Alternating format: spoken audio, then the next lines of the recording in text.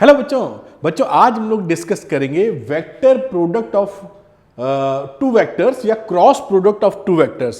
अपने लेक्चर को शुरू करने से पहले मैं आपको एक सजेशन देना चाहूंगा कि ये लेक्चर्स आप सीक्वेंस में या सीरियल वाइज देखिएगा, जिससे आपके कॉन्सेप्ट पावरफुल तरीके से स्ट्रांग हो जाएं। अदरवाइज बच्चे क्या करते हैं, बीच बीच से वीडियो देखते हैं, बीच बीच से लेक्चर्स देखते हैं, जिससे उनके कॉन्सेप्ट नहीं बिल्डअप होते, तो सवाल सारे लगेंगे नहीं। अगर आपके कॉन्सेप्ट बिल्डअप हो गए तो सवाल कैसा भी है लगने तय हैं। तो इस और उसमें इंजॉयमेंट भी होता है मैथमेटिक्स का। तो मैं आपको रिकमेंड करूंगा, हाईली रिकमेंडेशन मेरी है आपको, कि सीक्वेंस से देखिए और कॉन्सेप्ट को बहुत पावरफुल कर लीजिए। चलिए बात शुरू करते हैं अपने को vector product of two vectors. तो हम लोगों ने देखा था कि किसी भी दो वेक्टर को जब आपस में मल्टीप्लाई करते हैं तो मल्टीप्लिकेशन के दो तरीके थे, थोड़ा सा रिमाइंड करा रहा हूं।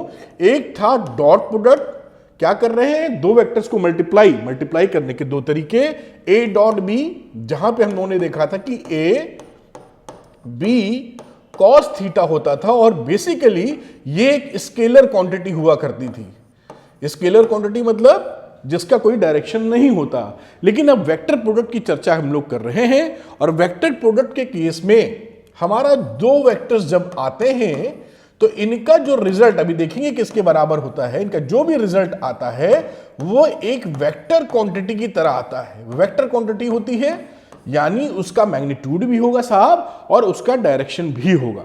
ये किसके बराबर होता है ये भी आपको मालूम है। मैं अभी चर्चा को आगे बढ़ाता हूं। अच्छा, इसमें जो बातें की जाती हैं, जो हमारा राइट हैंडेड रेक्टेंगुलर सिस्टम है, अभी मैं समझाता हूं। राइट हैंडेड रेक्टेंगुलर सिस्टम या रेक्टेंगुलर कोऑर्डिनेट सिस्टम वो क्या बोलता है कि अगर हम लोग, ये देखिए, ये आपका एक्स एक्सिस, ये एक्स एक्सिस, वाई एक्सिस और ये रहा जेड एक्सिस। अगर हम लोग एक्स एक्सिस को काउंटर क्लॉकवाइज यानी एंटी क्लॉकवाइज वाई की तरफ घुमाएं, यानी एक्स को हम लोग वाई की तरफ घुमाएं, तो अगर यहां पे कोई स्क्रू होता, जैसे स्क्रू का रूल की बात करते हैं, मैं स्क्रू बहुत अच्छा तो नहीं बना पाऊंगा, आपको फिर भी बनाने का थोड़ी सी चेष्टा कर रहा हूं। ये समझ लीजिए कुछ स्क्रू ऐसे बना हुआ है, ये अगर स्क्रू है इसको मैं ऐसे घुमा दूं काउंटर क्लॉकवाइज ऐसे, तो ये आगे जेड की डायरेक्शन में आगे बढ़ता है। फिर से एक बार इसकी जगह भी राइट हैंड रूल भी देख लेंगे, वो भी बहुत सरल पड़ेगा। तो ये right handed rectangular coordinate system इसको बोलते हैं। एक स्क्रू लिया, एक्स एक्सिस से वाई एक्सिस की तरफ एंटी क्लॉकवाइज घुमा रहे हैं, जब स्क्रू पेचकस से ऐसे घुमाएंगे तो स्क्रू आगे बढ़ता है जेड की डायरेक्शन में। इसी सिस्टम को हम बोलते हैं right handed rectangular coordinate system. और इस सिस्टम को सरल भाषा में और तरीके से दिखाते हैं हम लोग समझने के लिए, क्योंकि इसमें स्क्रू है। अब स्क्रू तो दिमाग में सोचना पड़ता है, लेकिन हर बच्चे को ये बोला जाए कि बेटा अपना राइट हैंड निकालो, तो राइट हैंड तो भाई साहब आप घर पे भूल भी नहीं सकते हैं। तो राइट हैंड निकालिए और अपने पाम को हथेली, पहले तो राइट हैंड होना चाहिए, गलती से लेफ्ट हैंड कई बच्चे लेते तो गड़बड़ हो जाएगी। और मैं इधर खड़ा हो जाता हूं। अब यहां पर देखिए एक्स की डायरेक्शन में इसको रखिए और वाई की तरफ मोड़िए पंजे को। मेरे ख्याल से आप समझ पा रहे होंगे, हाथ दिख रहा होगा क्लैरिटी से। ये एक्स है ना, तो एक्स की डायरेक्शन में रखा और ये वाई की तरफ इन पंजों को मोड़ा। जिस डायरेक्शन में अंगूठा आपको दिखाई पड़ रहा है जाता हुआ, वही आपका जेड एक्सिस है। तो इसे राइट हैंड रूल बोल देते हैं हम लोग। और यहां पर मैंने पाम बनाया तो आप समझ गए होंगे। पाम का डायग्राम बहुत सुंदर मैं नहीं बना पाऊंगा, इसलिए उसको स्किप कर रहा हूं। आप पकड़ पाए मेरी बात ना। तो राइट हैंड होना चाहिए, इसीलिए बोल रहे हैं राइट हैंड। रेक्टेंगुलर बोलते हैं एक दूसरे से सब 90 डिग्री का एंगल बना रहे हो। तो एक्स वाई या वाई जेड या एक्स जेड के सबके बीच में 90 डिग्री का एंगल है। और कोऑर्डिनेट सिस्टम, तो कोऑर्डिनेट सिस्टम की कहानी पूरी सेट कर दी है डायरेक्शन के तौर पर, क्योंकि कैसे हम इसको पकड़ेंगे, बड़ी अच्छी बात। अब बात करते हैं हम लोग डेफिनेशन की, कि हमारा जो ए क्रॉस बी है वो बाय डेफिनेशन क्या आएगा। तो ए क्रॉस बी एक वेक्टर क्वांटिटी होती है और इसकी जो वैल्यू आएगी, ए का मैग्नीट्यूड, बी का मैग्नीट्यूड, साइन थीटा और साथ में एक एन कैप। अब यहां पर एक ये ए बी आप पहचानते हैं, ए वेक्टर बी के मैग्नीट्यूड्स हैं। थीटा क्या है पहले बात करते हैं। तो थीटा की वैल्यू होती है 0 से पाई के बीच, and theta is the angle between vector A and B. मतलब अगर वेक्टर ए इधर है और वेक्टर बी ये है, तो this is the angle of theta. Theta की वैल्यू हमेशा 0 से पाई के बीच में रहने वाली है, इसके बराबर रहने वाली है। ठीक है साहब। अब ये एन कैप क्या है? तो N cap is the unit vector perpendicular to A and B and following the right handed, वही जो लिखा था पूरा सा, right handed rectangular system direction के लिए। ऐसा क्यों लिखा भी मैं समझाता हूं, आप एकदम दिमाग में घुस जाएगा आपके। अब देखिए, अगर मैं इतना ही लिख के छोड़ देता कि N cap is the unit vector perpendicular to A and B, तो परपेंडिकुलर टू ए बी ऐसे करोगे तो एक बाहर वेक्टर आएगा आपकी तरफ। अभी जो राइट हैंड सिस्टम दिखाया था भाई, ऐसे ये क्या है, ये वेक्टर ए बी के परपेंडिकुलर है आपकी तरफ, और इसी के अंदर वाला देखो ऐसे जो अंदर घुस रहा है ए बी के, वो भी तो परपेंडिकुलर है। देख पा रहे हैं ना, एक वेक्टर है ऐसे जो आपकी तरफ आ रहा है, जो ए बी के परपेंडिकुलर है आपकी तरफ, और एक है जो आपसे दूर जा रहा है पर बोर्ड के परपेंडिकुलर अंदर की तरफ, जिसे फिजिक्स में बनाते थे डॉट और कट्टम का निशान। डॉट और कट्टम का निशान, डॉट का मतलब था कि आपकी तरफ एरो आ रहा है, और कट्टम का निशान था कि बोर्ड के परपेंडिकुलर इनसाइड एरो जा रहा है। तो दोनों ही ऑप्शन हो सकते हैं ना यहां। तो दोनों ऑप्शन में गफलत ना हो आपको, कंफ्यूजन ना हो आपको, डाउट ना हो आपको, उससे बचाने के लिए इन्होंने ये शब्द जोड़ दिया। यानी हमको लेना क्या है, जो राइट हैंडेड रेक्टेंगुलर सिस्टम को फॉलो करता हो। यानी ए क्रॉस बी निकालने के लिए राइट हैंड, ए की डायरेक्शन में पाम मतलब हथेली, फिंगर जो भी बोलो, ऐसे रखा, बी की तरफ मोड़ो, बी की तरफ मोड़ो, ऐसे मोड़ा, और अंगूठा किधर जा रहा है देखो ध्यान से, आपकी तरफ जा रहा है ना, तो इस वाले वेक्टर को हम एक्सेप्ट करेंगे और इसकी डायरेक्शन को नहीं लेना है, इसमें इसको नहीं लेना है। बात पकड़ में आई ना, कैसा वेक्टर हो जाएगा। ऐसे अगर 3D इफेक्ट में देना चाहूं, शायद दे ना पाऊं, फिर भी ऐसे समझ लीजिए, बना दिया आपके लिए। ये एन कैप का डायरेक्शन है, ऐसे बना दें, ऐसे बना दें, ये इसके इन दोनों के परपेंडिकुलर है, ऐसे आपकी तरफ वाला। बात पकड़ा। उसका इसका मैग्नीट्यूड कितना है, क्योंकि ये एन कैप है, इसका मैग्नीट्यूड आप जानते ही हैं 1 के बराबर, यानी ये डायरेक्शन देने के लिए है। अब यहां पर देखिए, इतनी जो क्वांटिटी है, ये यहां से यहां तक इसका मैग्नीट्यूड है। मैं दोबारा लिख देता हूं, यहां कचर पचर हो जाएगी ज्यादा, तो इसको ऊपर लेके जाते हैं और फिर से आपको जो बात समझी मैं लिखता हूं, ए क्रॉस बी, ए का मैग्नीट्यूड, बी का मैग्नीट्यूड, साइन थीटा, और रहा एन कैप। तो ये अब मैं लिखने की कोशिश करूंगा, दिस इज मैग्नीट्यूड, और ये क्या है, यूनिट वेक्टर। आपने देखा किस डायरेक्शन में है, जो ए एंड बी के परपेंडिकुलर है, राइट हैंडेड कोऑर्डिनेट सिस्टम को फॉलो करता है। और ये पूरी चीज क्या है, कलर फिर से बदलूंगा, ये पूरी चीज क्या है, ये पूरी चीज है एक वेक्टर क्वांटिटी, और वेक्टर क्वांटिटी का मैग्नीट्यूड भी होता है, ये इसका मैग्नीट्यूड है, और डायरेक्शन भी होता है, ये इसको डायरेक्शन दे रहा है। बात पूरी कंप्लीट हो जाती है। पकड़ में आई बात? अच्छा, समझ गए होंगे, बार बार उसी को घिसने से कुछ और नहीं निकलने वाला। अब इसकी डेफिनेशन की बात की जाती कि बाय द वे ऐसा हो जावे कि ये ए वेक्टर जो है या इनमें से बी वेक्टर जो है, जिनके बीच एंगल हम लोगों ने थीटा पकड़ा था, if vector A is zero vector और vector B is zero vector, इन दोनों में से कोई वेक्टर नल वेक्टर हो जाए। ये जीरो लिखने का मतलब ये वेक्टर का निशान भी लगा होना चाहिए। अगर ये नल वेक्टर हो जाए तो जब ए पिच्चू हो जाएगा, भाई नल वेक्टर का मतलब है जहां से ए शुरू हुआ वहीं खत्म हो गया, तो थीटा कैसे लोगे? थीटा मीनिंगलेस हो जाएगा, अर्थहीन हो जाएगा। तो उस सिचुएशन में ए क्रॉस बी हम कैसे डिफाइन करें फिर, क्योंकि ए तो पिच्चू हो गया है, थीटा की बात ही खत्म हो गई। तो उस डायरेक्शन में अलग से बता दिया गया है कि अगर ऐसी कंडीशन हो तो ए क्रॉस बी को साहब जीरो पकड़ना है। बात पकड़ में आई कि अगर ए बी में से कोई भी नल वेक्टर है या जीरो वेक्टर है तो ए क्रॉस बी क्या लेना है बच्चों, जीरो के बराबर। जीरो का मतलब अगेन नल वेक्टर, क्योंकि ए क्रॉस बी एक वेक्टर क्वांटिटी होती है, इसलिए जीरो के ऊपर मैं वेक्टर, अगर मैं जीरो लिखूंगा तो ये स्केलर क्वांटिटी हो जाएगी, जानते ही हैं आप। और अगर मैं ऐसे लिखूंगा नल वेक्टर तो ये वेक्टर क्वांटिटी हो जाएगी, पकड़ पा रहे होंगे। तो ए क्रॉस बी की वैल्यू नल वेक्टर हो जाएगी if A vector zero vector हो या बी वेक्टर जीरो वेक्टर हो या दोनों ही जीरो वेक्टर हो। तो ये बात समझ में आती है। अब इसके आगे कुछ इंपॉर्टेंट ऑब्जर्वेशंस हैं हमारे vector product of two vectors के या cross product of two vectors के। तो आइए देखते हैं उन ऑब्जर्वेशंस को। तो ये रहे साहब ऑब्जर्वेशन, इंपॉर्टेंट है बहुत। ऑब्जर्वेशंस, ठीक।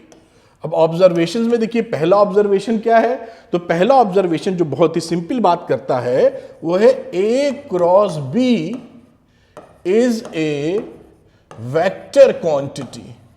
तो ये एक बड़ी इसकी समझ लीजिए बेसिक बात है और बहुत ज्यादा इंपॉर्टेंट बात भी है कि ए क्रॉस बी हमारा एक वेक्टर क्वांटिटी देता है, जबकि A dot B, dot product की बात कर रहा हूं, वो हमको स्केलर क्वांटिटी देता है ना। बात पकड़ में आनी चाहिए। अब देखिए अगर हमारा if A and B are non zero vectors, आप समझ रहे हैं, and A cross B is equal to null vector. भाई ए क्रॉस बी, ए और बी हमारे जीरो वेक्टर्स नहीं है, फिर भी उनका क्रॉस प्रोडक्ट नल वेक्टर आ रहा है। तो ये केवल तभी होगा जब हमारा वेक्टर ए एंड बी आपस में पैरेलल वेक्टर्स हों, या इसको कह सकते हैं कोलिनियर वेक्टर्स हो, क्योंकि ये फ्री वेक्टर्स होते हैं, कोलिनियर वेक्टर्स हों। देखिए कैसे आप समझदारी हैं भाई, ए क्रॉस बी अगर नल वेक्टर है तो नल वेक्टर क्यों है, क्योंकि भाई यहां पर magnitude of A, magnitude of B और ये रहा साइन थीटा और एन कैप, ये बाई डेफिनेशन इसकी डेफिनेशन ये होती है। अब आपने कहा कि ए बी नॉन जीरो है, तो ये ए जीरो है नहीं भाई, नॉन जीरो का मतलब मैग्नीट्यूड कुछ तो होगा, और बी भी जीरो नहीं है तो ये तो जीरो, और ये तो डायरेक्शन के लिए होता है एन कैप, तो वो तो जीरो की चर्चा नहीं रही। साइन थीटा जीरो हुआ इसका मतलब, तभी तो ये जीरो आएगा नल वेक्टर के बराबर। तो अगर साइन थीटा जीरो है तो हम क्या समझ गए कि थीटा जीरो है, और थीटा जीरो होने का मतलब क्या है कि वेक्टर ए अगर ऐसे है तो वेक्टर बी भी ऐसे ही है, पैरेलल वेक्टर हैं, दोनों की दिशाएं सेम हैं, ठीक। और क्योंकि फ्री वेक्टर्स होते हैं इसलिए ये सब बी वेक्टर्स को क्या बोल देंगे, ये कोलिनियर वेक्टर्स हैं, क्योंकि फ्री वेक्टर्स क्या होते हैं मैंने प्रीवियस लेक्चर्स में आपको बताया हुआ है। तो इस तरीके से ये ऑब्जर्वेशन नंबर 2 कंप्लीट हो जाता है। और यहां पर देखिए थीटा की वैल्यू जीरो भी हो सकती है, क्योंकि हम लोगों ने थीटा क्या बोला था, थोड़ा सा ऊपर लेके जाऊंगा, हम लोगों ने बोला था कि जो थीटा की वैल्यू है वो जीरो और पाई के बीच हो सकती है। तो यहां एंगल थीटा जीरो भी हो सकता है और थीटा की वैल्यू पाई भी हो सकती है। तो पाई का मतलब एक वेक्टर अगर ए ऐसे है तो दूसरा वेक्टर बी ऐसे भी हो सकता है। तो ये कोलिनियर वेक्टर ये भी होते हैं, बात समझ में आ रही होगी। तो इस तरीके से बात पूरी कंप्लीट होती है कि अगर ए और बी नॉन जीरो वेक्टर्स हैं और उनका क्रॉस प्रोडक्ट हमारा शून्य नल वेक्टर आता है, तो इसका मतलब क्लैरिटी से क्या है कि दोनों वेक्टर्स कोलिनियर वेक्टर्स हैं, बात खत्म। एंगल जीरो या पाई है, ये बात आपको पकड़ में आती है। नंबर 3 पॉइंट देखते हैं कि अगर इनके बीच का एंगल 90 बन जाए, थोड़ा ऊपर लेके जाता हूं, नंबर 3 है मेरे ख्याल से, if theta is equal to pi by 2। तो आप ये जान रहे थे बेटा, मैं बार बार ये लिख के आपके दिमाग तक पहुंचाना चाहूंगा कि ए का मैग्नीट्यूड, बी का मैग्नीट्यूड, साइन थीटा और एन कैप, ये तो बेसिक फॉर्मूला, इसकी डेफिनेशन है साहब। अब यहां पर आपने पाई बाई 2 कर दिया एंगल, तो थीटा हो गया पाई बाई 2, तो ए क्रॉस बी क्या आया बच्चों, ए क्रॉस बी आया ए का मैग्नीट्यूड, बी का magnitude and sine pi by 2 N cap. अब यहां से आप देखिए, आप बड़े समझदार हैं ही, साइन पाई बाई 2 होता है 1, तो ये वैल्यू हो गई ए बी और रहा एन कैप, क्योंकि ये वेक्टर क्वांटिटी है तो वेक्टर क्वांटिटी के लिए ये है। और अगर कहीं इसके मैग्नीट्यूड की हम बात कर दें इसके, तो इस वेक्टर क्वांटिटी को भगा दो, मतलब क्या रहा, केवल मैग्नीट्यूड इतना ही तो हुआ इसका, अभी समझाया था आपको। और ये कहानी देखिए इस तरह से आ जाती है, if theta is equal to pi by 2, theta pi by 2 का मतलब सिंपल यही है कि अगर ए वेक्टर इधर है तो बी वेक्टर ऐसे है, दोनों के बीच में एंगल पाई बाई 2 है। थोड़ा पिक्टोरियल रिप्रेजेंटेशन से दिमाग जल्दी पकड़ लेता है, इसलिए रफ स्केचिंग आपके सामने कर दी है। तो ये बात भी आप मोटे तौर पे क्या, बिल्कुल बढ़िया तरीके से पतले तौर पे भी आप समझ जाते हैं, मोटे पतले दोनों तौर पे समझ जाते हैं। चलिए नंबर 4 की बात करते हैं, बड़ी काम की बात है नंबर 4। अब साहब क्या होता है, कंपोनेंट जो होते थे ना, आई कैप, जे कैप और के कैप, इनकी कहानी कैसे होगी, तो इनको एक सिस्टम से याद रखते हैं हम लोग। एक सर्कुलर सिस्टम बना लीजिए और इसको मैं जे कैप कर देता हूं, यहां कहीं के कैप कर दीजिए, और इस तरीके से देखिए एंटी क्लॉकवाइज घुमाया गया है। आप मेरे ख्याल से साफ तौर पे देख पा रहे होंगे। अब मैं अगर आई क्रॉस जे करूं, तो आई क्रॉस जे करूंगा तो रिजल्ट आता है के कैप। ये आपको बहुत जगह इस्तेमाल करना पड़ेगा, इसलिए पकड़ के जरूर रखिए बेटा।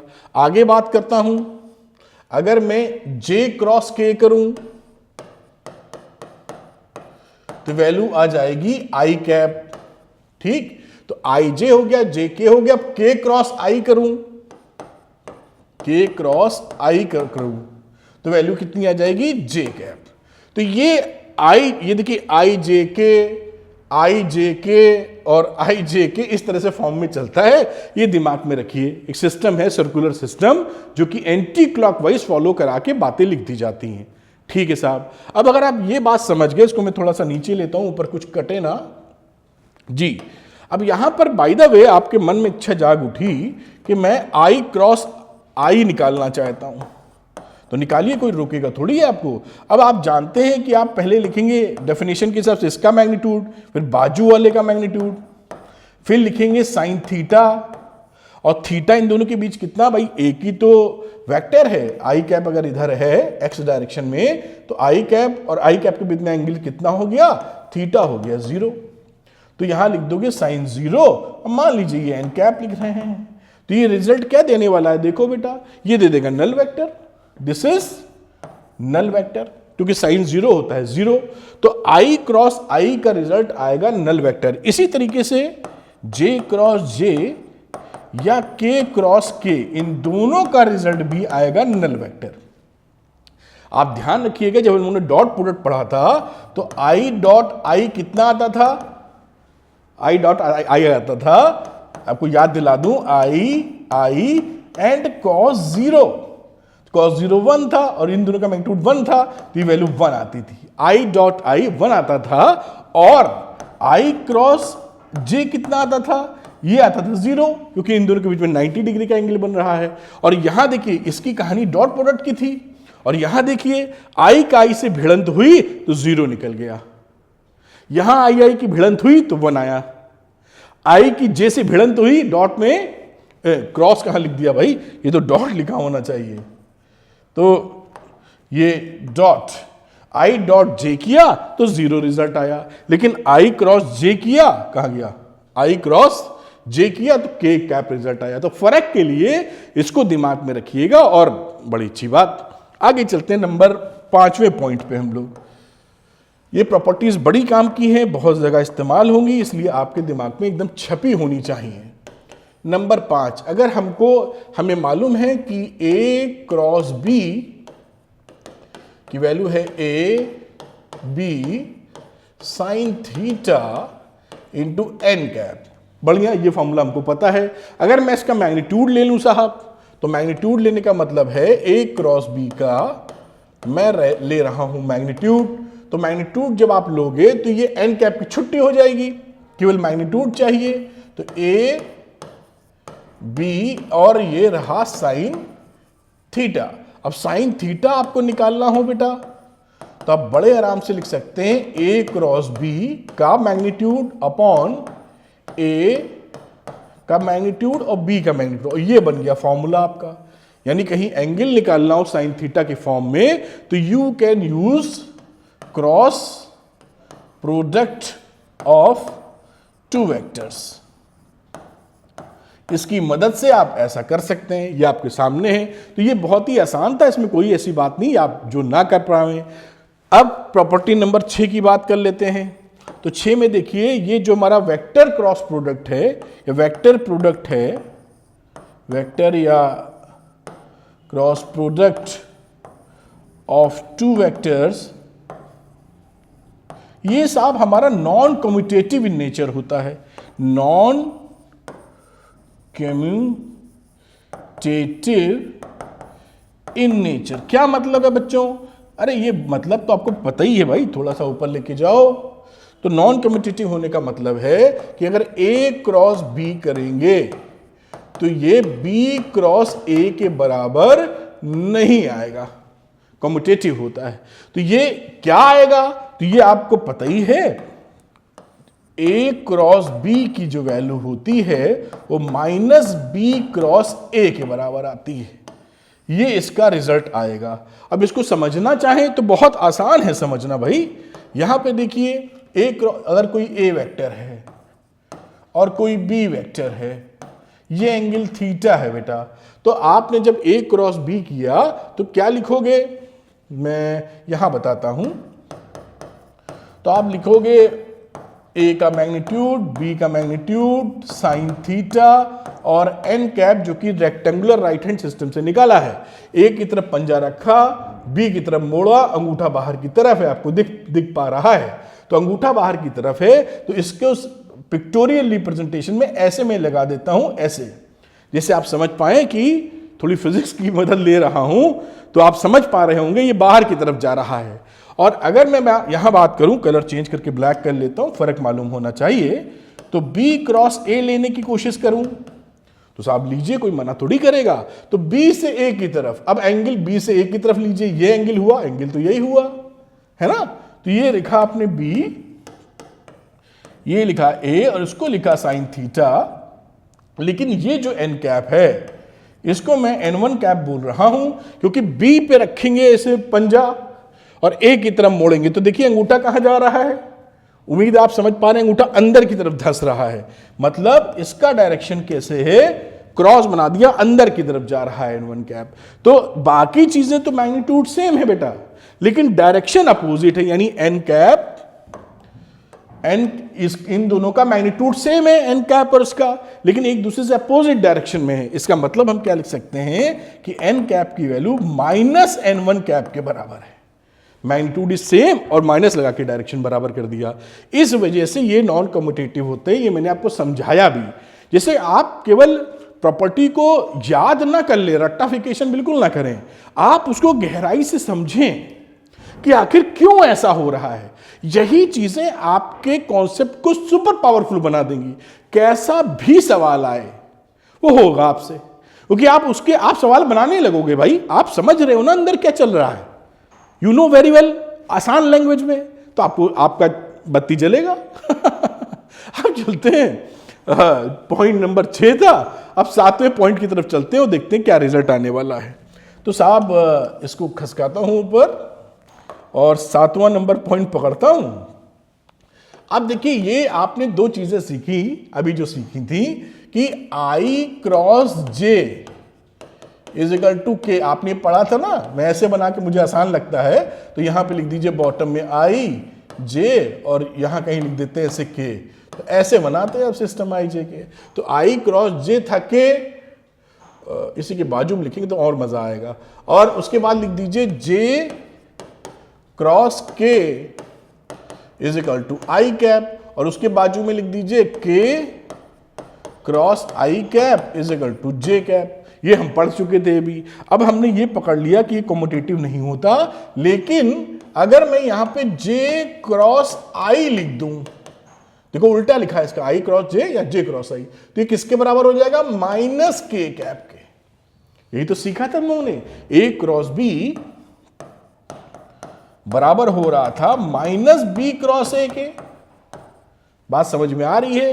तो ये यहां पर आई क्रॉस जे अगर के कैप के बराबर है तो जे क्रॉस आई किसके बराबर है, माइनस के कैप के बराबर है। इसी तरीके से यहां आ जाओ, के कैप क्रॉस जे कैप, इसकी वैल्यू माइनस आई कैप के बराबर। और इसी तरह यहां आ जाओ, आई कैप क्रॉस के कैप, तो ये माइनस जे के बराबर, जे कैप के बराबर। ये बात आप पकड़ भी लिए होंगे और कठिन भी नहीं है, बहुत सरल है, तो आप बात पकड़ पाए। अब चलते हैं अगले पॉइंट पे और देखते हैं इससे हम एरिया ऑफ ट्रायंगल कैसे निकाल सकते हैं। 7 नंबर हो गया, तो आइए 8 नंबर पे आते हैं। कलर लेते हैं रेड।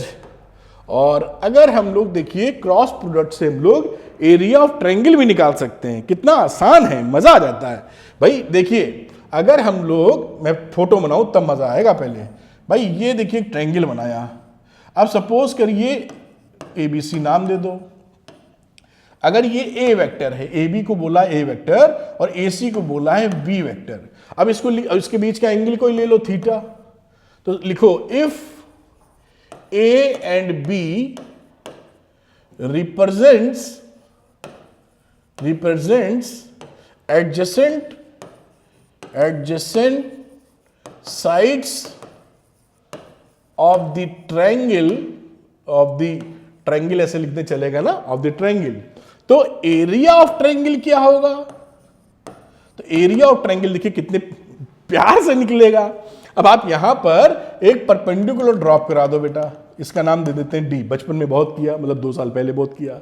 अब यहां पर आपको मालूम है कि एरिया ऑफ ट्रायंगल कितना होता है हाफ बेस इनटू हाइट। तो हाफ लिखिए और बेस की जगह लिखोगे तो ए लिख दो और ए का मैग्नीट्यूड। रही बात हाइट की CD, तो CD के लिए ये यहां पे ट्रिग्नोमेट्री लगा लेते हैं हम लोग। तो क्या लिख सकते हैं, कॉस थीटा अगर हमने लिखा तो लिख दोगे बेस मैग्नीट्यूड में और अपॉन हाइपोटेन्यूज मैग्नीट्यूड के अंदर। तो बात पकड़ पा रहे हो ना? तो ये क्या लिख गए हम, कॉस थीटा लिख गए, हमें साइन थीटा पकड़ना चाहिए क्योंकि CD लाना है हमको। तो इसको मैं उड़ाता हूं और साइन थीटा लेता हूं। तो साइन थीटा में मुझे लिखना होगा perpendicular, that is CD upon hypotenuse. तो मैं CD को बड़े प्यार से लिख सकता हूं B साइन थीटा। उम्मीद है आप बात पकड़ पा रहे होंगे। अब यहां पर हाइट कितनी होगी, दैट इज CD। अब इसकी वैल्यू यहां पे टीप दो कॉपी पेस्ट। तो ये रहा साहब बी साइन थीटा। तो ये हो गया महाभारत। अब ये हो गया एरिया ऑफ द ट्रायंगल। अरे इसको तो हम मिनटों में संभाल लेंगे। अब इसको क्या लिखा जा सकता है, किसका ना नहीं चाह रहा हूं। ये देखिए ए बी साइन थीटा क्या पहचान दे रहा है, this is the magnitude of A cross B. यही तो होता है। तो इसको लिख सकते हो हाफ ए क्रॉस बी। बात खत्म हो गया। ये क्रॉस प्रोडक्ट के फॉर्म में ट्रायंगल का आपने एरिया बता दिया।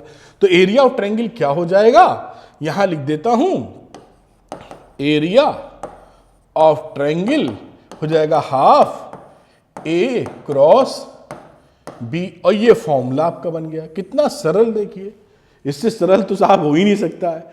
तो इसको याद कर लीजिए, समझ तो लिया ही आपने, कुछ है नहीं, सब वही खेल है। लेकिन फिर भी कि एरिया ऑफ ट्रायंगल निकालना हो तो ए और बी से अगर adjacent sides of the triangle represent की जा सकें तो उनका क्रॉस प्रोडक्ट ले लो और हाफ से मल्टीप्लाई कर लो या 2 से डिवाइड मार दो, बात एक ही है, तो आपको एरिया ऑफ ट्रायंगल मिल जाएगा। अब अच्छा, ये तो हो गया साहब 8वां पॉइंट। 9वें में इसका और कानून बदलते हैं, बहुत सरल है वो भी। हम लोग पैरेललोग्राम का एरिया भी क्रॉस प्रोडक्ट से निकाल सकते हैं, उसमें कोई भी दिक्कत है ही नहीं। ये देखिए एक बना आपका पैरेललोग्राम। अब इसी में भी वही लिख दो ए बी सी डी। इसको ए वेक्टर कह देते हैं, इसको बी वेक्टर, बीच का एंगल बोल देते हैं थीटा। अब एरिया ऑफ पैरेललोग्राम आप जानते थे क्या होता था, area of parallelogram A B C D की बात की जाए तो क्या लिखते, तो एरिया ऑफ पैरेललोग्राम एबीसीडी क्या लिखते थे बेटा? अब आप जानते थे कि पैरेलल साइड्स के बीच का डिस्टेंस इनटू पैरेलल साइड का मैग्नीट्यूड। यानी मैं इसकी बात करूं तो आप लिखोगे यहां से एक परपेंडिकुलर ड्रॉप कर दो, तो एबीसीडी इसको बोल देते हैं हम लोग ई। तो आप लिखना चाहोगे ए बी इंटू डीई, यही तो होता फॉर्मूला। और साथ में ए बी को लिख सकते हो वेक्टर ए का magnitude into D, D is the perpendicular distance between two parallel sides. अब इसके लिए डी के लिए फिर वही कॉस थीटा लगा दो, तो कॉस थीटा क्या होगा? परपेंडिकुलर डीई अपॉन बी का हाइपोटेन्यूज का मैग्नीट्यूड। तो डी कितना आ गया बच्चों? B cos theta. अब ये डी की वैल्यू यहां ठोक देंगे हम लोग, तो यहां पर आपने वैल्यू रखी बी कॉस, फिर कॉस लिख दिया साइन, कॉस से बड़ा प्रेम है लग रहा हमको, तो ये वैल्यू यहां आ गई साइन, क्योंकि साइन थीटा ही तो होता है परपेंडिकुलर अपॉन हाइपोटेन्यूज, कहां गया साइन थीटा। तो ये सब ये रहा साइन थीटा। फिर इसको पहचानिए ये क्या है? This is very very simple, A cross B का मैग्नीट्यूड है बस। यानी कि यहां पर अब आप स्टेटमेंट लिख सकते हो कि if A and B are the adjacent sides of parallelogram, then the area of parallelogram will be A cross B। खेल हो गया खत्म। कितनी छोटी बात है, इसमें ऐसा संभावना ही नहीं है कि आपके पल्ले ना पड़े साहब। बताओ इसमें हो सकता है ऐसा? क्या कतई नहीं हो सकता। हो गया साहब ये ऑब्जर्वेशन नंबर 9। अब छोटी छोटी एक दो प्रॉपर्टी है बच्चों वाली, वो भी देख लेते हैं। वेक्टर का धूम धड़ाका। आइए साहब, बहुत मस्त और बहुत सरल, मजा आने लगता है, मुझे पढ़ाने में ही मजा आने लगता है। और आप भी प्यार से सीक्वेंस में देखेंगे लेक्चर, तो आपको पढ़ने में 100% मजा आएगा। कोई छोटी छोटी बात भी नहीं छूटेगी और चमकेगी।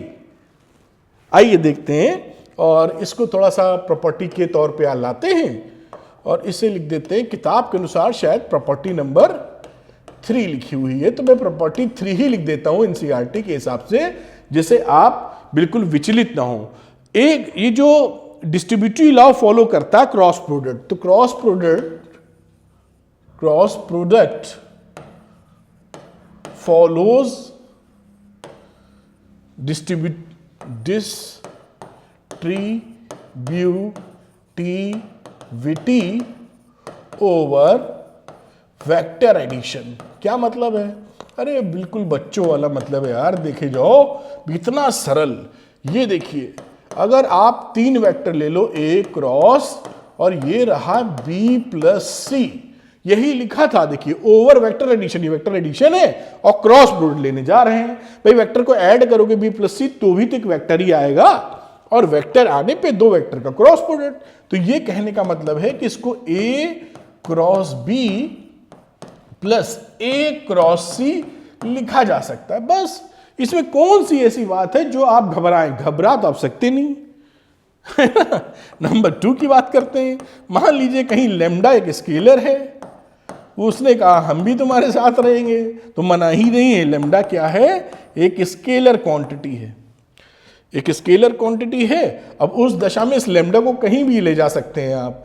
ए लिखिए, क्रॉस ले लीजिए लैम्डा बी, क्योंकि वेक्टर है ही नहीं, और चाहो तो लैम्डा सबसे बाहर रख लो। ये देखिए इस तरह से। तो ये प्रॉपर्टी आपकी कंप्लीट हो जाती है, पूरा ऑब्जर्वेशन वेक्टर की थ्योरी। अब बात आती है साहब कि हम लोग एग्जांपल्स को लगाएं, तो चलिए लगाते हैं एग्जांपल्स। अरे भाई सुनो ना, एक छोटी ब्यूटीफुल चीज तो रही गई। क्या ब्यूटीफुल चीज?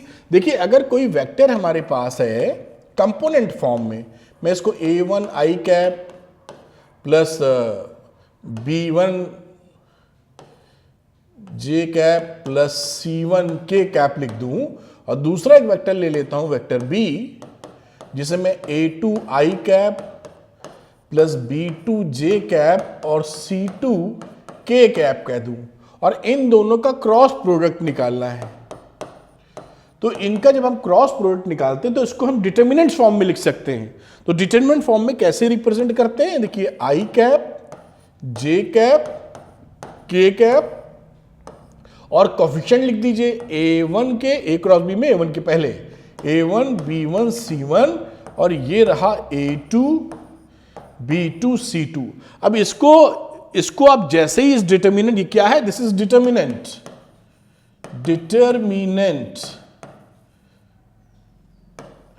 3/3 का है, आप देख ही रहे हैं। तो डिटर्मिनेंट के फॉर्म में इसके वेक्टर क्रॉस प्रोडक्ट को रिप्रेजेंट किया जा सकता है।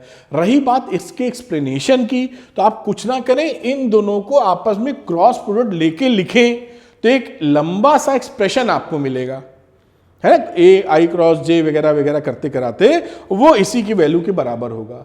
अगर आप निकालना चाहें तो भी निकाल सकते हैं। देखिए यहां पर मैं थोड़ा सा करके भी दिखा देता हूं। जैसे आई कैप से अपने ओपन किया, ये कट गया, तो ये क्या बचा, आई B1 C2 minus C1 B2। फिर आ गए आप माइनस जे कैप में, क्योंकि प्लस माइनस चलता है, वो सब आपको पता है। तो ये रो और ये कॉलम चली गई A1 C2 minus A2 C1 और फिर इसमें चले जाओगे तो प्लस के कैप मिलेगा। थोड़ा छोटा लिख के एडजस्ट करते हैं इसमें। ये चला गया A1 B2 minus A2 B1। ये देखिए, ये जो एक्सप्रेशन है, ये एक्सप्रेशन जब सीधे तौर पे मल्टीप्लाई किया जाएगा तो भी आएगा। और मुझे इसको करके दिखाना है, तो क्या मुझे इसको फिर से लिखना पड़ेगा? चलिए देखते हैं। तो यहां पर अगर हम लोग आ जाते हैं और मैं लिखता हूं साहब A क्रॉस B, याद कीजिए तो मैंने लिखा था A1 आई कैप, B1 जे कैप, C1 के कैप क्रॉस A2 आई कैप प्लस B2 जे कैप और C2 के कैप।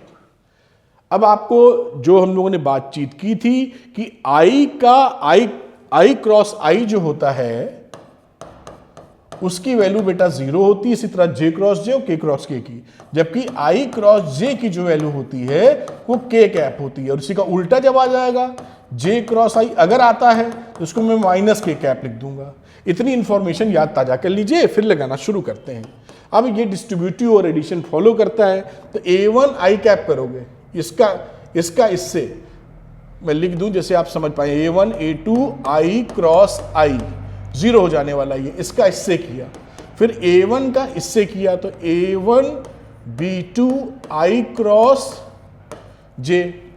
देखिए जो स्केलर क्वांटिटी है वो तो तुरंत बाहर लाई जा सकती है, क्योंकि उनका कोई रोल ही नहीं है, हमने देखा था प्रॉपर्टी के अंदर। और फिर तीसरे हिस्से में चले गए आप, तो A1 C2 आई क्रॉस के। अब मैं कलर चेंज करता हूं, जब हम लोग चर्चा कर ही रहे हैं। B1 A2 J cross I, फिर B1 B2 J cross J plus B1 का लास्ट वाले से B1 C2 J cross K। फिर तीसरे में आ जाते हैं, इसमें भी कलर बदलने की कोशिश करूंगा, तो प्लस C1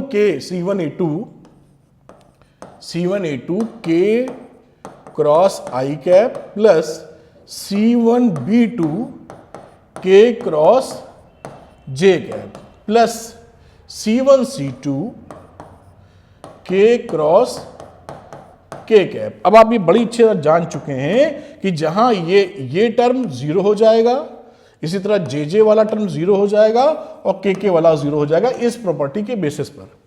ये बात आपने पहले से पकड़ ली। अब बाकी बात करते हैं। देखिए I क्रॉस J होता है K, तो A1 B2 ये रहा K कैप। अब यहां देखिए I J K, ये तो क्या हो जाएगा minus J cap. I cross K है ना, K क्रॉस I हमारा क्या आता था, J कैप। तो ये वैल्यू हो जाएगी कितनी, इसको मैं लिखूं minus A1 C2 J cap. फिर यहां पे आ जाओ, तो ये भी देखिए क्या आ गया, ये JI लिखा है, होना चाहिए था आई क्रॉस जे, तो के लिख देते तो माइनस में आ जाएगा, माइनस B1A2 के कैप। आगे चलो जे के, तो ये वैल्यू होगी प्लस B1C2 और इसकी वैल्यू हो गई आई कैप, आई जे के।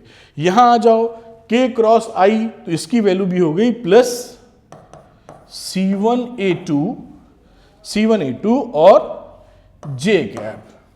अब एक टर्म ये लास्ट वाला बचा है, तो यहां वैल्यू होगी तो ये माइनस आई कैप आ जाएगा, माइनस C1B2 आई कैप। अब आई कैप वाले एक साथ ले लो साहब, तो मैं आई कैप वाले यानी कि ये B1C2 माइनस C1B2 ये रहा आई कैप। फिर मैं क्या करता हूं, जे कैप वाले साथ में लेता हूं, ये जे कैप वाले हैं, जे कैप प्लस वाला क्या है, ये है, तो C1A2 माइनस A1C2 ये रहा जे कैप। अब के कैप वाला ले लो, तो A1B2 ये और के वाला ये मिला, माइनस B1A2 के कैप। ये देखिए लंबा सा आपने प्रोसेस किया और ये रिजल्ट निकाला। दिस रिजल्ट देखिए, ये जो रिजल्ट है ध्यान से देखिए, ये रिजल्ट डिट्टो सेम है, इसी को हम लोग डिटरमिनेंट फॉर्म में लिख लिए थे और वो वैल्यू देखिए मैं यहां तक लेके आऊं, यही वैल्यू आपको यहां पर मिल रही थी। देखिए B1C2 C1B2, B1C2 C1B2, यहां देखिए B1C2 C1B2 और इसी तरीके से बाकी चीजें भी मिल जाती हैं। तो इस तरह याद रखने की जगह हम अगर ऐसे इसको याद रखते हैं या करते हैं, then it is much easier. ऐसे याद रखो तो बड़ा मुश्किल है और डिटरमिनेंट फॉर्म में याद रखो तो कितना आसान है। इसीलिए इसको इस फॉर्म में रिप्रेजेंट किया गया, वरना कोई जरूरत थोड़ी थी कि भाई कई बच्चे कहेंगे ऐसे हम याद कर सकते हैं। ठीक है, आप याद कर सकते हैं, लेकिन बहुत से बच्चे नहीं याद कर सकते हैं। सरलता इसमें है तो इसको पकड़ लिया गया। अब इससे जहां जहां होगा वो निकालते रहेंगे। तो ये पूरी थ्योरी जो थी आपकी वेक्टर्स क्रॉस प्रोडक्ट वाली या cross product of two vectors, ये कंप्लीट हो जाती है।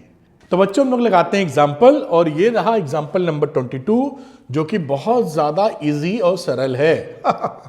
तो A क्रॉस B का मैग्नीट्यूड निकालना है भाई, ये जो साइन लगा हुआ है तो A क्रॉस B निकालना पड़ेगा पहले। तो A क्रॉस B निकालने का तरीका क्या, आप जानते ही हैं, अभी आपने सीखा है कि पहले लिख दीजिए आई कैप, डिटरमिनेंट फॉर्म में जे कैप के कैप, और पहले कोफिशिएंट लिखिए 2 1 जे का और 3 के का, फिर इधर लिखा 3 का 5 का -2 का। इसकी वैल्यू निकाल लेंगे और ये A क्रॉस B हमको मिल जाएगा। चलिए शुरू करते हैं। आई कैप लिखा और ये रो और कॉलम निपट गई, तो ये -2 × 1 -2, फिर माइनस लिखा 5 × 3 15 पकड़ पाए होंगे, फिर माइनस जे कैप लिखा, ये रो और कॉलम निपट गई तो -2 × 2 -4, फिर यहां पे देखिए 3 × 3 -9, आराम से देखिए बिल्कुल, प्लस के कैप, तो ये रो और कॉलम चली गई, तो 2 × 5 10, फिर 3 × 1 -3।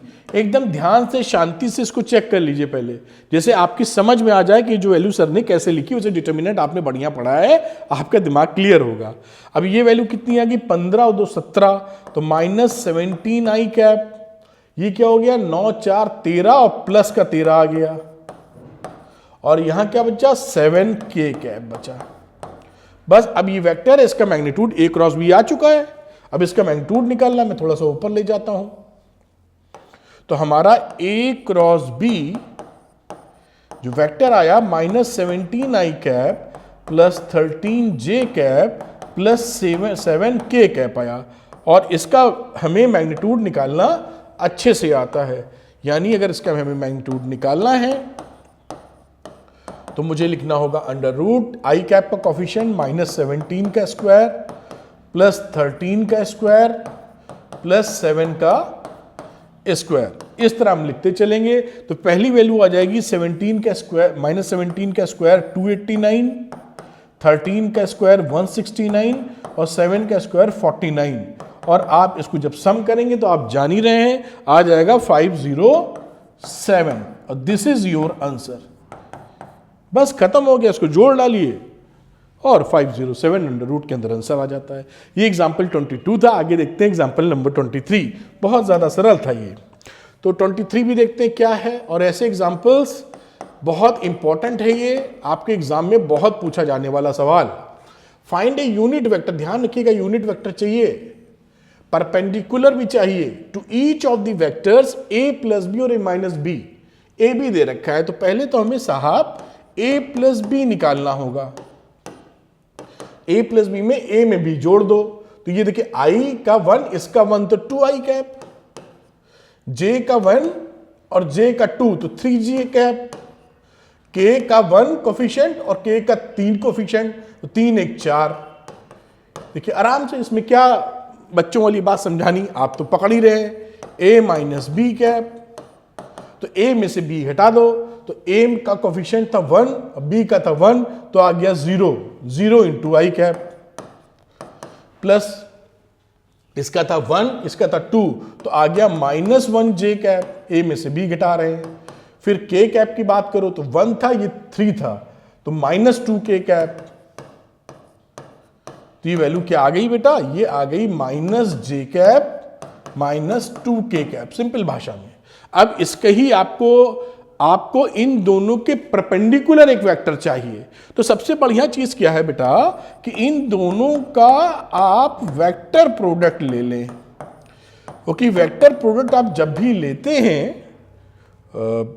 इसको सीधा करना चाह रहा हूं तो ये रहा, तो इसका जो रिजल्ट आता है, देखिए इसका रिजल्ट क्या आता है a प्लस बी और ये रहा a माइनस बी और साइन थीटा को समझा रहा हूं डेफिनेशन के हिसाब से, और n कैप। तो ये जो चीज मिलती है, ये वेक्टर, ये जो आया है आपका पूरा, ये क्या रहता है, ये पूरा वेक्टर, या इसको आंसर करना चाहें तो कोई वेक्टर c कह दें। ये जो c वेक्टर है वो इसके दोनों के परपेंडिकुलर होता है। तो अगर इस c वेक्टर की जगह यूनिट चाहिए तो इस c वेक्टर को इसके मैग्नीट्यूड से हम डिवाइड कर देंगे साहब, तो ये रिक्वायर्ड वेक्टर मिल जाएगा। फिर से समझ लो एक बार, रिक्वायर्ड वेक्टर मिल जाएगा।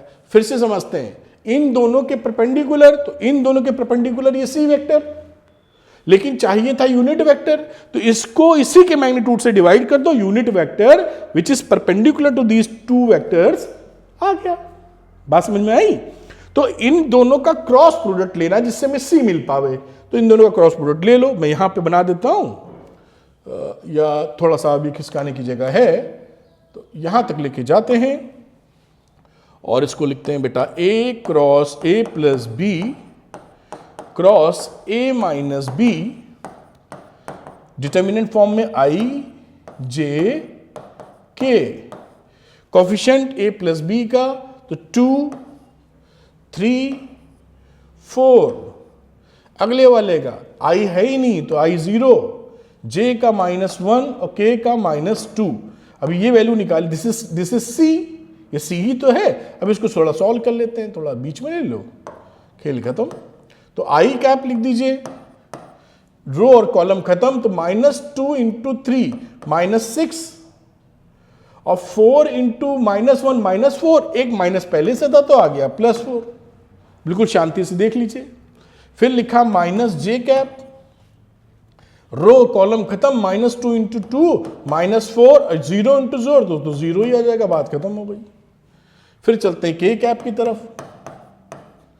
तो रो और कॉलम खत्म, -1 इंटू 2 -2 और ये 0 है तो ये तो 0 ही आने वाला है। तो हमारे हाथ में वेक्टर क्या आया, -2i कैप और +4j कैप और -2k कैप। ये जो वेक्टर है वो इन दोनों के परपेंडिकुलर है साहब। ये जो वेक्टर है इन दोनों के परपेंडिकुलर है, लेकिन यूनिट वेक्टर नहीं है। दिस इज सी वेक्टर जो मैंने चर्चा की थी अभी। अब यूनिट वेक्टर के लिए, जिसे मैं सी कैप कह देता हूं, आप लिखोगे इस वेक्टर को इसके मैग्नीट्यूड से डिवाइड कर देना चाहिए। तो पहले मैग्नीट्यूड तो निकालो, तो मैग्नीट्यूड इसको और ऊपर खिसकाता हूं, तो इसका मैग्नीट्यूड आ गया साहब 2 का -2 का स्क्वायर 4, 4 का स्क्वायर 16, फिर 2 का स्क्वायर 4, तो √24 आ रहा है, आप देख पा रहे होंगे। अब √24 को कुछ हम लिख सकते हैं, 2 2 जा 4 इंटू 6, तो 2√6 लिख दूं क्या? बराबर बात बैठती है, 2√6। तब इसी वेक्टर को -2i प्लस 4j -2k को मैं इसके मैग्नीट्यूड 2√6 से डिवाइड कर देता हूं। ये देखिए, अब देखिए 2 से 2 तो सब निपट गया, तो c कैप क्या मिला? ये 2 से 2 गया तो -1/√6i, यहां मिला 2/√6j -1/√6k। ये देखिए जो रिक्वायर्ड वेक्टर है वो ये है। जब भी फाइनल आंसर लिखें ऐसे रेक्टेंगुलर ब्रैकेट में आप शो कर दीजिए, जिससे आप क्लैरिटी से जान पाए कि आप एग्जामिनर या टीचर आपका समझ पावे कि आपने बिल्कुल बढ़िया आंसर निकाल दिया, ये आंसर आ गया।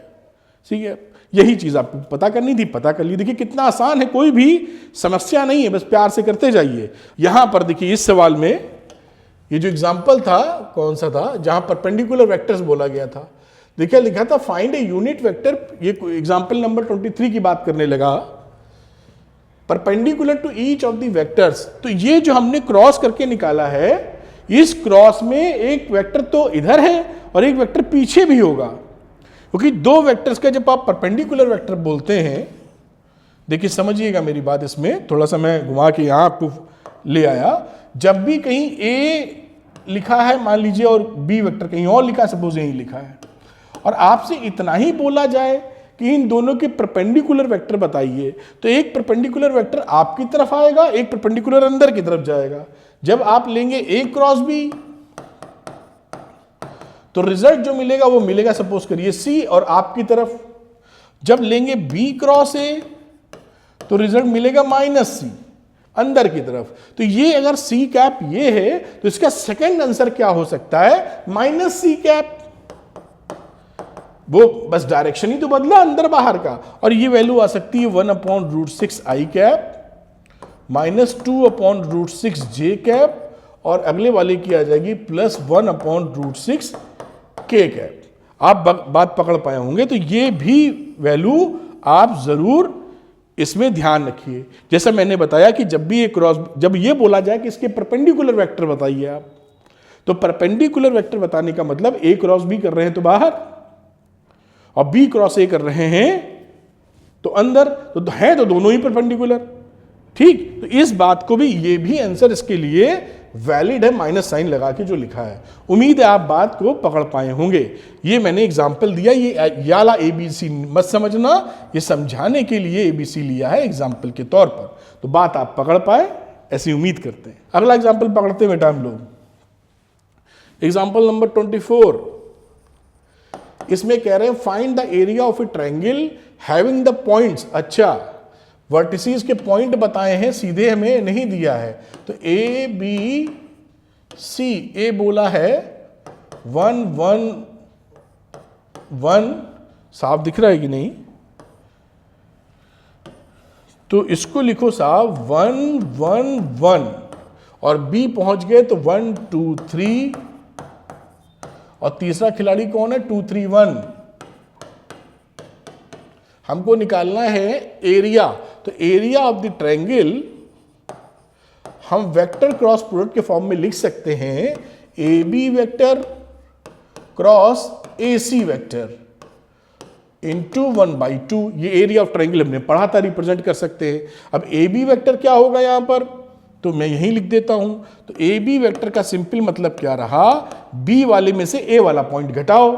तो बी में से ए घटाया तो 1 में से 1 गया 0, तो 0 इंटू आई कैप, प्लस 2 में से 1 गया 1, तो 1 इंटू जे कैप, प्लस फिर 3 में से 1 गया 2, तो ये रहा 2 कैप, 2k कैप। तो वैल्यू रही j प्लस 2k कैप, जो समझ में आसानी से आवे। अब दूसरा रहा AC वेक्टर। तो AC वेक्टर में C से A घटाओ, बाद वाले में से पहला। तो 2 में से 1 गया, 1 बचा, तो 1 लिख दिया यहां। फिर 3 में से 1 गया, 2 बचा, फिर 1 में से 1 गया और 0 बचा। रिजल्ट क्या आया? I plus 2j cap. अब हम लोग निकाल देते हैं इसका एक क्रॉस प्रोडक्ट, तो साहब निकाल लीजिए। ए क्रॉस ए सी मतलब आई जे के, और पहले वाले के कोफिशिएंट रहा 0 1 2, इसका क्या रहा 1 2 और 0।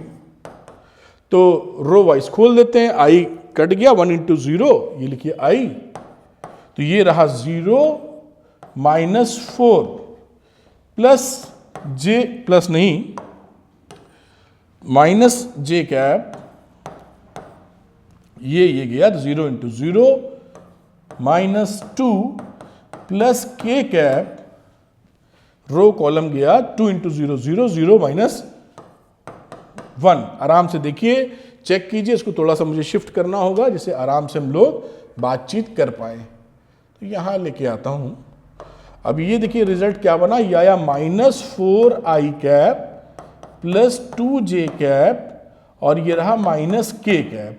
ये क्रॉस प्रोडक्ट निकाला। अब इसके मैग्नीट्यूड निकालने की चर्चा अगर हम लोग करें, ये मैग्नीट्यूड है, तो मैग्नीट्यूड का मतलब क्या हो गया, -4 का स्क्वायर 16, 2 का स्क्वायर 4, 1 का स्क्वायर 1, तो ये क्या आ गई वैल्यू 20 एक 21 √21 है ना, √21। अब ये 1/2 भी है, तो एरिया ऑफ ट्रायंगल क्या हो गया, खेल खत्म हो गया इसका।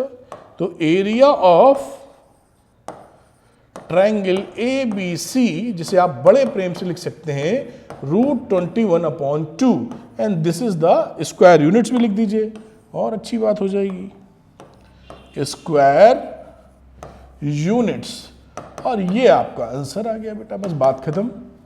एरिया निकल चुका आपके सामने, बिल्कुल ही निकलेगा, एक सवाल गलत नहीं हो सकते। जब फंडा क्लियर है तो क्लियर है तो क्लियर है।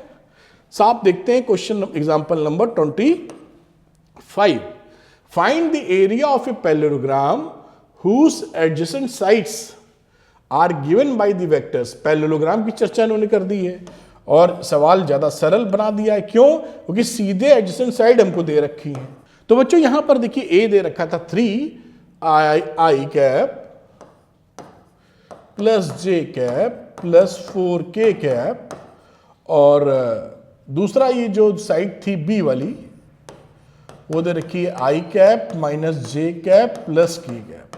ये सिचुएशन हमारे सामने है। सपोज करिए ऐसे वेक्टर दे रखे हैं, find the area of the parallelogram whose adjacent side are given by these vectors. तो आप जानते हैं कि एरिया ऑफ पैरेललोग्राम क्या होगा, वो सिंपल हो जाता है ए क्रॉस बी का मैग्नीट्यूड। तो हमको पहले ए क्रॉस बी चाहिए, तब तो मैग्नीट्यूड निकालें। तो इसको लिखा आई कैप जे कैप के कैप, और ए की वैल्यू लिखी है 3 1 4, और इसकी लिखी 1 -1 1। अब इसको कैलकुलेट कर लेते हैं हम लोग। लिखा आई कैप रो कॉलम 1 इंटू 1 1 और प्लस 4, ध्यान से देखिए, minus J cap row column 1 into 3 3 और -4 प्लस के कैप। तो के वाला रो कॉलम चला गया, -1 इंटू 3 -3 और 1 इंटू 1 विच इज -1। इसको थोड़ा मैं ऊपर बढ़ा लेता हूं और ये वैल्यू हो गई 5 आई कैप, ये प्लस जे कैप -4 के कैप। ये तो आ गया वेक्टर ए क्रॉस बी। हमको चाहिए था ए क्रॉस बी का मैग्नीट्यूड, मतलब √5 का स्क्वायर 25, 1 का स्क्वायर 1, 4 का स्क्वायर 16। तो ये वैल्यू कितनी हो गई 42। √42 स्क्वायर यूनिट्स इसका आंसर आ गया। और इस तरह से देखिए जो एग्जाम्पल्स थे एक्सरसाइज से पहले वाले वो पूरे खत्म हो जाते हैं। उम्मीद है कि इन एग्जाम्पल्स को बहुत अच्छे तरीके से आप समझ पाए होंगे। सीरियल वाइज देखेंगे लेक्चर्स, कहीं कोई परेशानी नहीं आएगी। Thank you very much, wish you all the best.